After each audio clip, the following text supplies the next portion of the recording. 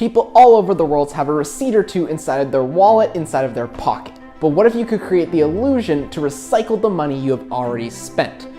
From the USA, magician Ben Morris has created a visual, self-contained miracle that you can keep inside of your pocket and ready to kill at a moment's notice.